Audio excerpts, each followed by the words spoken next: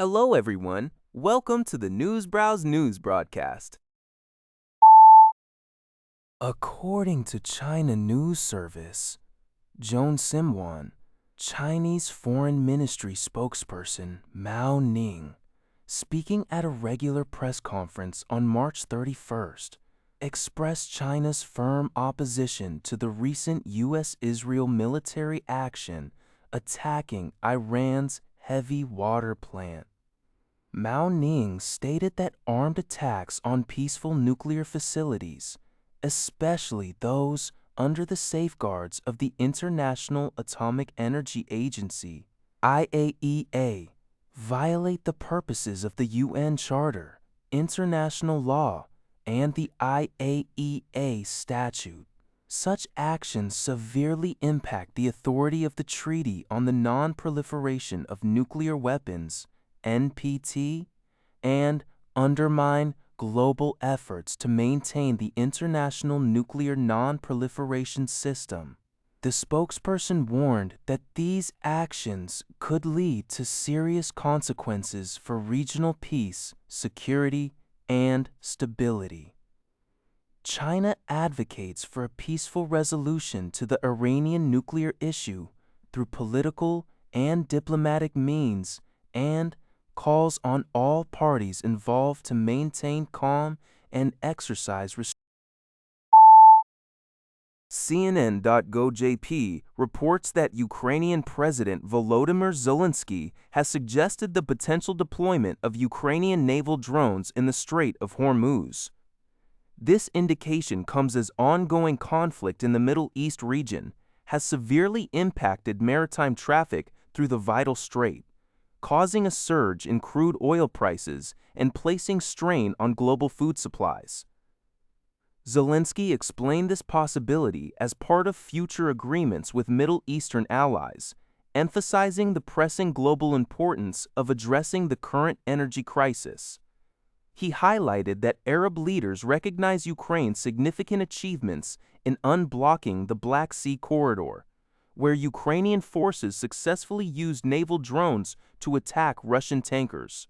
While acknowledging that the United States is currently handling issues in regions like the Strait of Hormuz, Ukraine is ready to offer support to its partners. Ukraine is actively strengthening its ties with the Middle East, having recently signed a landmark defense agreement with Saudi Arabian officials.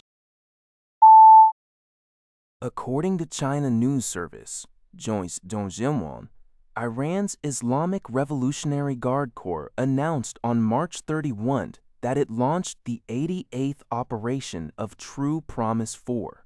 During this operation, the Revolutionary Guard Navy utilized ballistic missiles to strike an Israeli container ship in the central waters of the Persian Gulf. In a series of coordinated strikes that followed, U.S. military targets in the region were also precisely hit. These included a Buis Marine Corps bunker on the coast of the United Arab Emirates, an anti-drone system deployed by the U.S. Fifth Fleet near Bahrain's Manama Airport, and 2 advanced early warning radars located at a U.S. military base in Kuwait, all targeted by drones. The statement emphasized that the Strait of Hormuz is now under Iran's strict control, and any hostile provocation will be met with missile and drone retaliation. This action marks a significant escalation of regional tensions. According to Soars, Japan's ground self-defense force today deployed long-range missiles at Kengun Garrison in Kumamoto City and Fuji Garrison in Shizuoka Prefecture. This strategic move aims to equip Japan with counterstrike capabilities, allowing it to target enemy missile bases and other objectives within hostile territory. This development represents a significant departure from Japan's long-standing, exclusively defense-oriented policy. The deployment includes an extended-range improved version of the Type 12 surface-to-ship missile, now designated as the Type 25 surface-to-ship missile, with a range of approximately 1,000 kilometers, capable of covering China's coastal areas and the waters around Taiwan. Additionally, high-speed glide vehicles for island defense, now called Type 25 high-speed glide vehicles, were deployed, with further deployments planned for Hokkaido and Miyazaki. Defense Minister Shinjiro Koizumi emphasized that these measures are crucial for strengthening Japan's deterrence and response capabilities.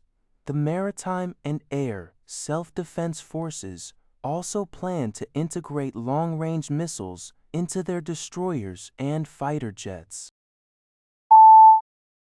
According to NTD-TV, the Middle East's two largest aluminum producers, Emirates Global Aluminium (EGA) and Aluminium Bahrain, recently suffered attacks by Iran, causing aluminum prices to surge to near a 4-year high. BBC News reported that on Monday, March 30, aluminum prices on the London Metal Exchange (LME) climbed over 3%, reaching more than $3,158.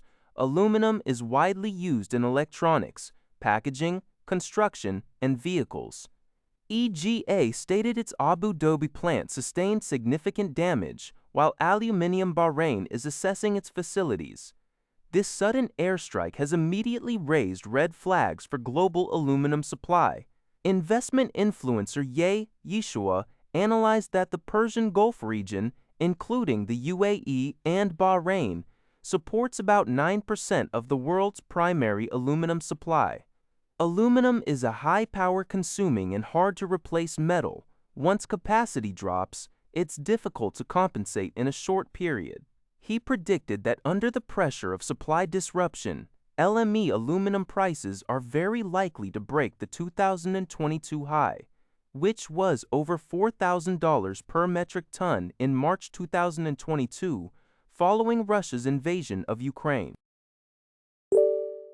That's all for this video. Thank you for watching. See you in the next video.